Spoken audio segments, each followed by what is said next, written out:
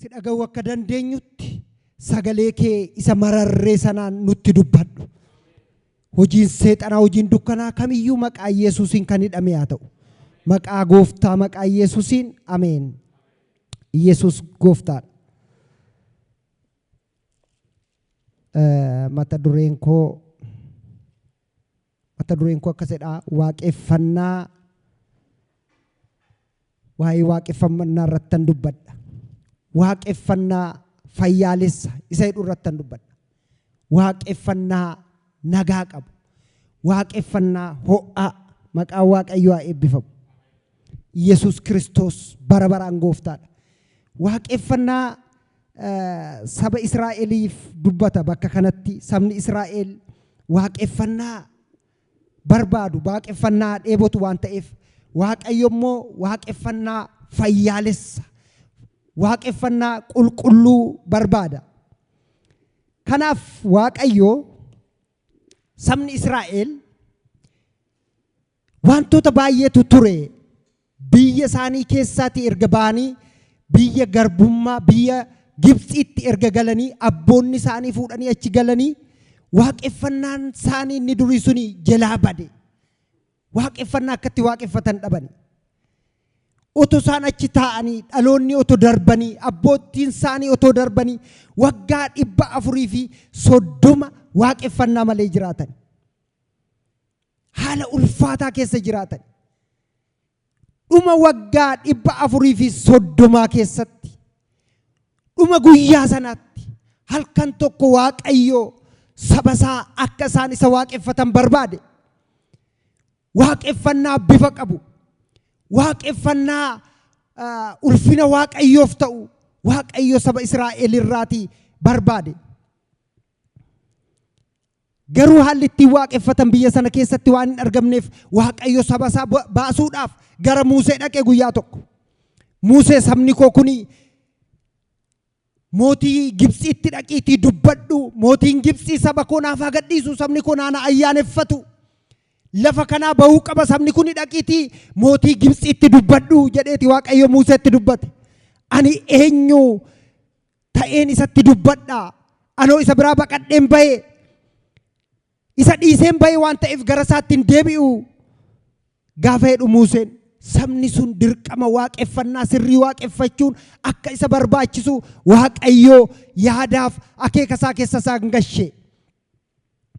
Otoo kanaan jiranii Museetiin Waaqayyo mootii Gibxii bira sin dhaqxadhee saba kanaan waggaa 430 erga jiraatanii booddee Musee gara isaanitti ergee dhaqiitii saba kanaan itti dubbadhu.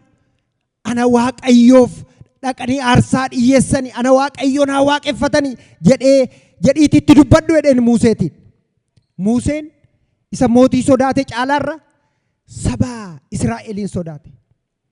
Sabni Israa'el kuni, macci Israa'el kuni eenyu inni nuti waaqeffannu yoo jedhanii na gaafatanii eenyuun isaaniin jedhaa jedha.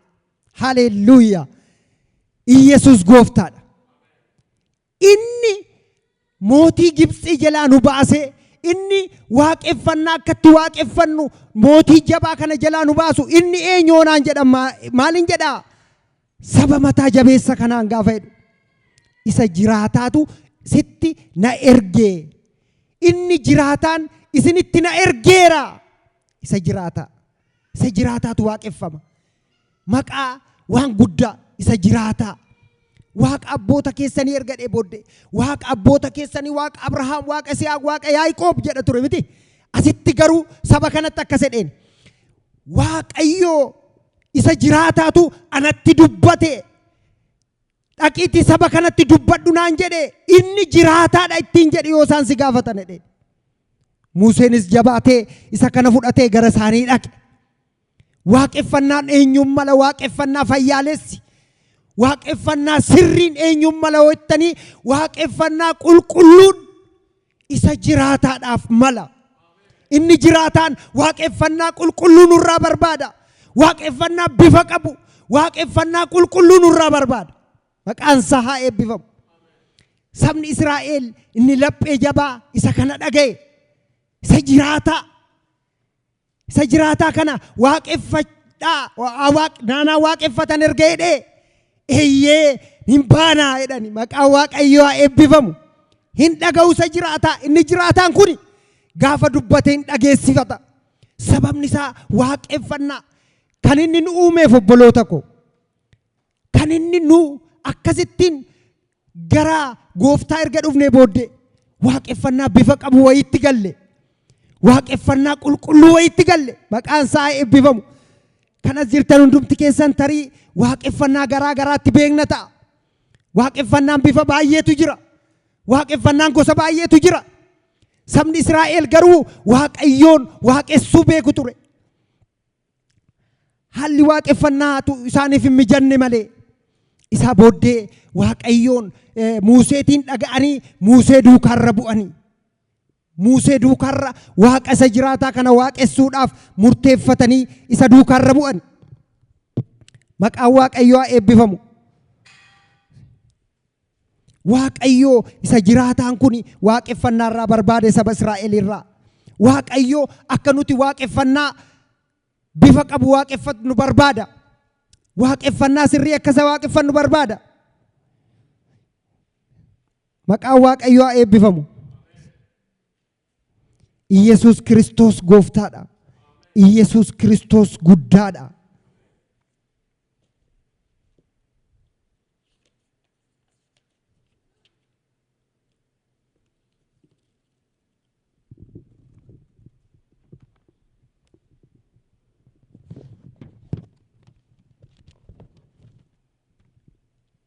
Maqaan gooftaa haa eebbifamu.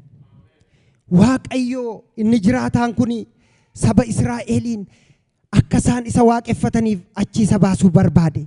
Achi isaan baasee akka isaan isa waaqeffatan barbaade.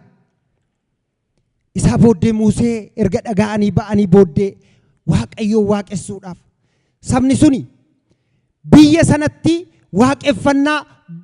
waaqeffachuu hin dandeenye turre. Biyya sanatti wantoota sadiitu isaan danqe. Danqaa sadii jala akka isaan Waaqayyoon hin waaqeffanneef danqaa gosa sadiitu isaan irra ture. Inni tokko haala biyyichaati. Haalli akka namni Waaqayyoon hin waaqeffanne nama daangeessa. Haalli biyya Gibxii keessaa biyyi Gibxii saba Israa'el akka isaan hin waaqeffanneef isaan danqe. Sababni isaa waaqeffannaan isaanii waaqeffannaa biraati waan ta'eef. Inni lammaffaan kan isaan danqee mooticha.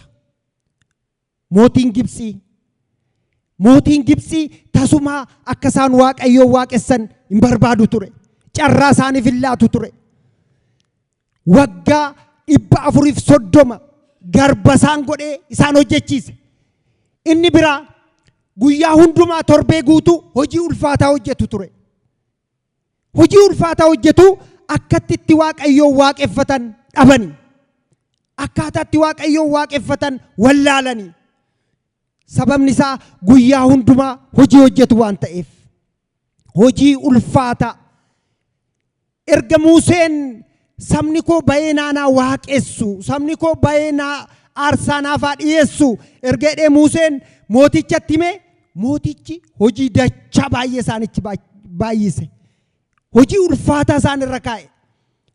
Keessumaa akka waaqeffanneef hojii ulfaataan kun guyyoota isaanii torbee guutuu hojjetu waan ta'eef akka isaan hin waaqeffanne isaan godhe. Waaqayyo garuu waaqeffannaa dhugaa barbaada ture saba sanarraa. Waaqeffannaa qulqulluu barbaada ture saba sanarraa. Garuu carraan arganne sabni suni wantoonni sadan kun isaan danqe.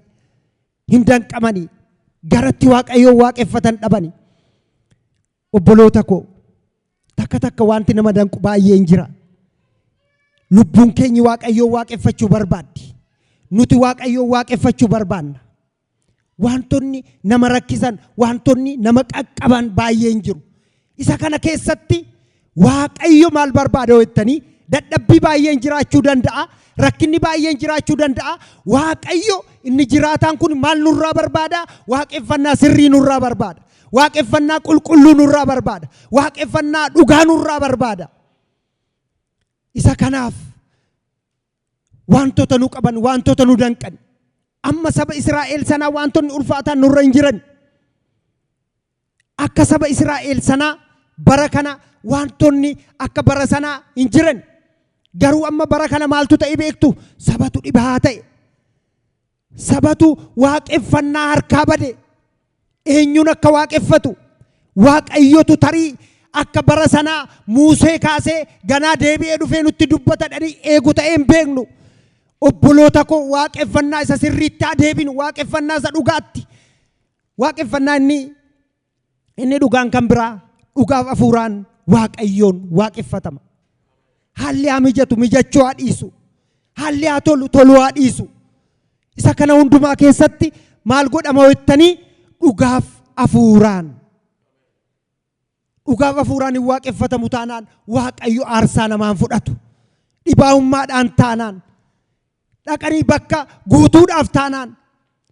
Faarfannaa bakka faarfannaatu hir'ate taanaan bakka faarfannaa guutuudhaaf jedhanii dhaqanii dhaabatu taanaan nama lallabuutu dhibame taanaan dhaqanii lafa sana cufuuf dhaabatu taanaan inni kun waaqeffannaa fayyaalessa hin jedhamu. Waaqeffannaa fayyaalessi hundumaa dhiisanii dhugaaf hafuuraan isa waaqessuudha. Maqaan Waaqayyoo haa eebbifamu. Yesuus Kiristoos gooftaadha. Gara isa kanaatti haa deebinu. Waaqeffannaa fayyaalessa Waaqayyoo waaqeffachuu haa jammarru.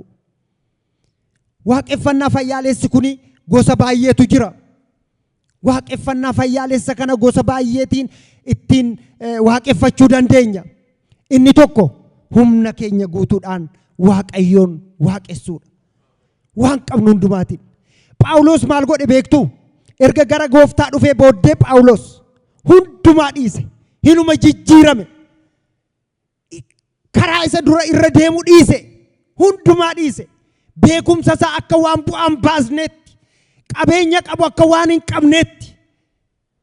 Olaantummaa iddoo gaarii isa jiru sana akka hin jirreetti dhiiseeti waaqeffannaa fayyaalessaaf waaqeffannaa fayyaa qabu keessa gale. Humna isaa guutuudhaan humna keenya guutuudhaan Waaqayyoon haa waaqeffannu. Humna keenya guutuudhaan. Inni biraa qabeenya keenya guutuudhaan. Qabeenya keenya guutuudhaan Waaqayyoon waaqessuun nurra jira. Kan keenya kan ta'e isa qabnuun Waaqayyoon waaqessuun dirqama. Maqaan Waaqayyoo haa eebbifamu. Yesuus Kiristoos gooftaadha.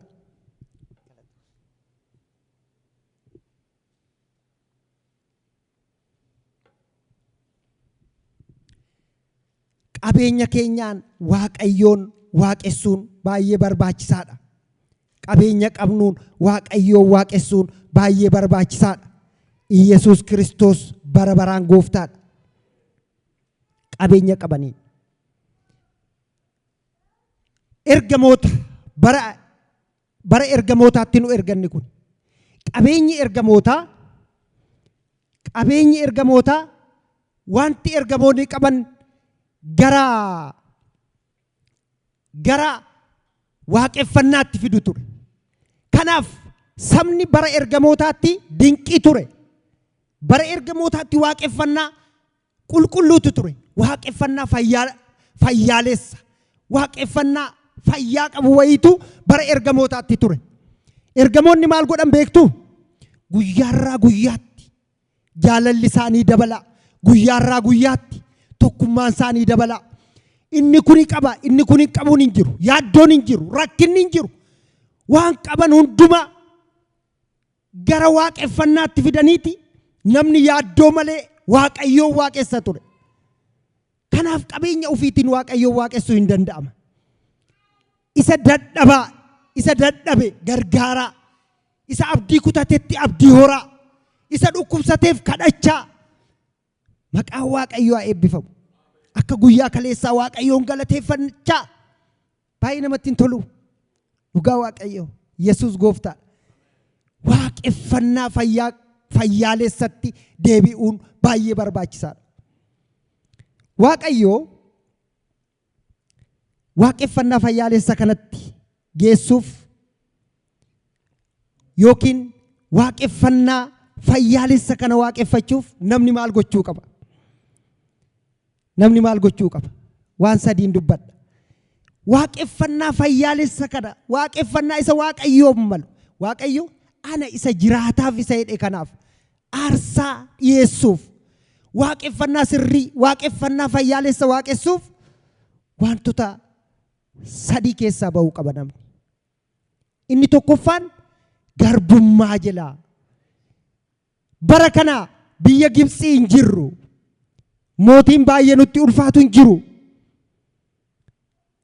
Torbee keessaa baay'eete guyyaa lama guyyaa tokkoof wayi boqonnaa qabna. Sabni Israa'el waaqeffannaa sanatti gaafa isaan baasuu barbaade waaqeffannaa fayyaalessa kanatti inni tokkoffaan maal godhe mootii Gibxii jalaa isaan baase. Biyya rakkinaa sana keessaa isaan baase. Bara kana namni waaqeffannaa sirriitti dhufuudhaaf wantoota waanjoo isatti ta'e jalaa bahuutu irra jiraata.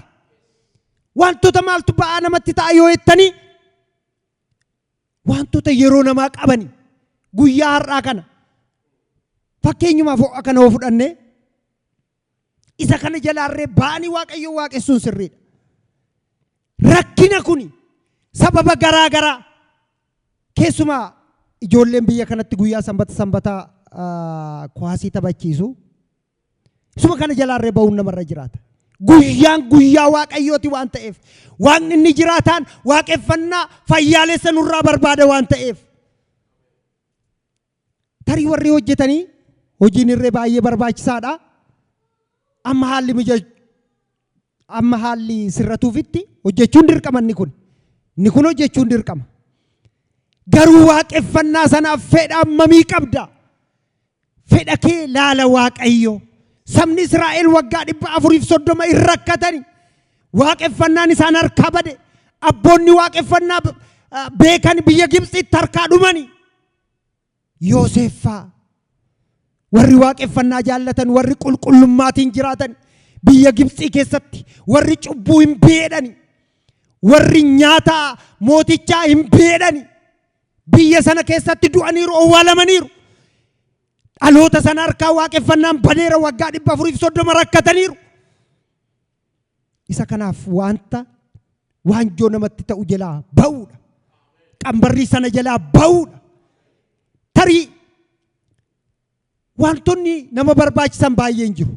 Guyyaa waaqeffannaa waaqayyo waaqeffannaa sirraa barbaada ati immoo horii barbaadda yoo ta'e horii sana ofirraa buusii waaqayyo waaqeffadhu. Horii sana dhiisiitii waaqayyo isa jiraataa waaqeffadhu. Waaqayyo nama eebbisa obboloota ko. Jireenyi kun akkasumatti ittiin fufu.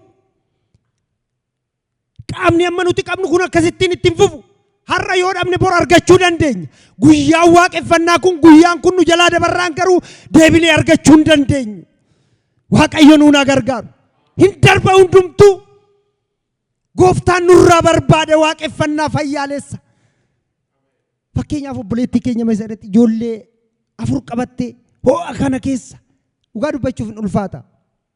Jireenyi keessi buusi keessi hin ulfaata. Garuu kana keessa dandeessee dadhabbiin kaleessaa jira. Kana keessa danda'anii cabsanii dhufuutu namarra jira. Akkas ho'o'es galgalammoo hin qorra. Borummoo hin qabbanaa. Akkasitti ittiin fufu. Guyyaan har'aa garuu nama jalaa darba. Isa kanaaf waanjoo isa waaqeffannaa keessi irraa qabu ofirraa buusi. Isa yeroo keessi jalaa nyaatu ofirraa buusi.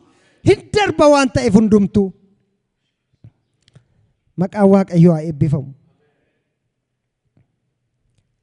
Inni biraa waaqeffannaa fayyaalessaa waaqessuudhaaf dhaga'uudha. Sabni Israa'el suni otoo Museen dhageenya ta'e waggaa 460 jiraachuu danda'u ture. Hin dhagaan garuu eenyunni jennaan isa jiraataa. Maqaan waaqayyoo haa eebbifamu. Isa jiraataa kana waaqessuuf gaafa jedhanii sabni Israa'el mataa jabeessa. Musee amala isaa beeku ture. Musee waan godhe sirriitti beeku ture. Garuu isa jiraataa laphee isaanii cabse maqaan isaa eebbifamu. Waaqayyoo inni jiraataan laphee keenya argatu. Gaafa lapheen keenya argame, gaafa laphee keenya argate waaqayyo Yesuus gooftaadha. Waaqeffannaa isa bifa qabu waaqeffachuu jammarra waaqayyoon. Waaqayyoon dhaga'uun baay'ee barbaachisaadha. namoota waaqayyoo dhaga'uun baay'ee barbaachisaadha. Tarii namoonni tokko tokko warri beeksisanii paasteriin isoo ta'e koottaa waaqayyoon hin waaqeffanna gizeedhan. Tarii waanuma dur dubbataniif tarii waanuma gaggeessaniif sinitti fakkaachuu danda'a. Gurra keessan banaatii dhaggeeffadhaa. Waaqayyo sagalee qaba, waaqayyo dubbii qaba. Waaqayyo hin dubbata. Waaqni inni nuti waaqessinu gurra qaba, hin dhagaa, ija qaba, hin arga, harka qaba, hin qaqqabata, hin fayyisa, hin jiraachisa. Maqaan isaa bara baraan haa eebbifamu. Iyesuus Kiristoos gooftaadha. Isa kana haa dhageenyu. Waaqayyo isa kana nurraa barbaada. Gooftaadha Iyesuus. Waaqayyoon haa dhageenyu. Namoota isaa dhageenyu. Tarii maaltu argama, maaltu jira, isuma durii miti jechuun danda'ama. Gooftaan jira nu gidduu. Gooftaan jira mana kana keessa. Haleluuyaa. Jira gooftaan. Guyyaa akkasumaan isinitti hin fakkaatin obboloota ko. Waaqayyo sabni Israa'el suni waggaa amma kanaa gaafa jiraatanii wantoonni isaan danqan wantoota sadii turanii wantoota sana isuma dubbadhe jechuudha. Isa kana keessatti garuu waaqayyo waaqessuu hin barbaadu ture. Erga bahanii hin baase egaa waaqayyo. Hin bahanii waaqayyoon dhaga'anii. Waaqayyoon dhaga'anii hin ba'anii. Nama baasa waaqayyo. Waaqayyo akkasittiin nama hin dhiisu. Waaqayyo tasuma akkasittiin nama bira hin darbu. Nama isa dhaga'ee moo? Nama waanjoo sana jalaa ba'uuf waaqayyoon dhaga'ee moo?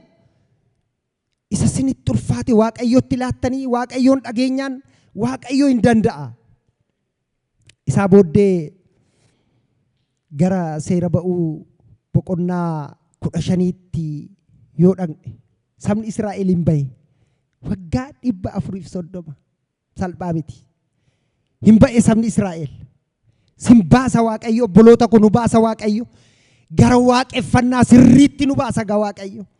Sabni Israa'el suni Musee dhaga'anii waanjoo isaan irra jiru sana, jireenya biyya Gibxii sana, hojii rakkisaa sana keessaa waaqayyoon ni jiraataan nu baasa jedhanii erga waaqayyoon dhaga'anii waaqayyo isaan baase. Seera ba'uu 15 lakkoomsa 1 irratti waaqayyoon galateeffachuu jalqaban. Waaqayyoon galateeffatan. Gara waaqeffannaa isa sirriitti dhufan. Gara waaqeffannaa isa bifa qabuutti dhufan. Isaa booddee 15 namni tokkotu nu dubbise natti tola. Boqonnaa 15 lakkoomsa 1 yoo nu dubbistan natti tola. Oo baafattanii ba'uu 1 fi 2 naa dubbisi.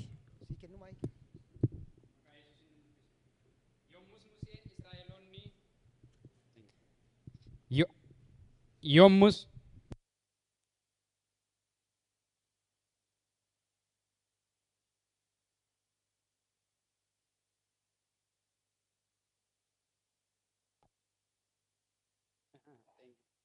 hundumtu iddoo qabdi jechuudha. Yommus Museenii Israa'eloonni Waaqayyoon jajatanii hin faarfatanii. Waaqayyo mo'uu isaatiin guddaa ol jedhaadha. Kanaaf ani isin nan faarfadha. Inni fardeen abboota fardeeniis galaana keessa buuseera. Ameen. Eebbifame. Yesuus gooftaadha. Sabni Israa'el eeggate guyyaa tokko isaaniif fide waaqayyo. Waan isa dhaga'aniif sabni Israa'eliif Museen galaana ce'an. Maqaan isaa eebbifamu. Hin ceesise waaqayyo. Hin baase waaqayyo. Biyya rakkinaa keessa Musee fi Israa'eloonni waaqayyoon jajatani, waaqayyoon faarfatani. Waaqayyo namarraa maal barbaada? Waaqeffannaa birichaa barbaada. Waaqeffannaa sabni isaa akka isa waaqeffatu barbaada. Gaafa bahani, gaafa sana keessaa bahani waaqayyoon waaqeffachuu jalqabani. Sabni Israa'elii fi Museen waaqayyoon galateeffachuu jalqabani. Gochaa inni isaaniif godhe himuu jalqabani. Namni gaafa achi keessaa bahe, namni gaafa waaqeffannaa sirriitti deebi'e gochaa waaqayyoo yaadata. gochaa waaqayyoo namoonni baay'een hunduma keenya gargaarameeraam. Daganne malee sababni isaa nu keessaa badeem. Waan waaqayyo nu godhemu baay'eedhaam obboloota ko. Dhugaa waaqayyo waan keessaa nu baasemu lafanni nu kaasemu mee yaadadhaa. Yesuus gooftaadha. An akka waaqayyo hin jiru. Sabni Israa'el Musee wajjin walitti qabamanii waaqayyoon faarfatan gochaa isaa himuu jalqaban. Inni jabaadha jedhan. Inni guddaadha jedhan. Inni jedhan bishaan girgiddaa godhee dhaabachiisee jedhan. Nu ceessisee jedhan. Konkolaattotaa fi fardeen loltoota galaanatti naqee galaana jala isaan oolche faarfannaadhaaf. Inni warra nu ari'atan galaana nyaachise lafa jala isaan oolche. Waaqayyo jabaadha. Isa kanaaf waaqayyoon hin jajanna jedhan. Maqaan waaqayyoo haa eebbifamu. Mee lafaa ka'ame waaqayyoon jajanna. Yesuus Kiristoos gooftaadha. Maqaan waaqayyoo haa eebbifamu. An akka waaqayyoo hin jiru. Yesuus Kiristoos gooftaadha. Waaqayyoon kadhanna obboloota ko.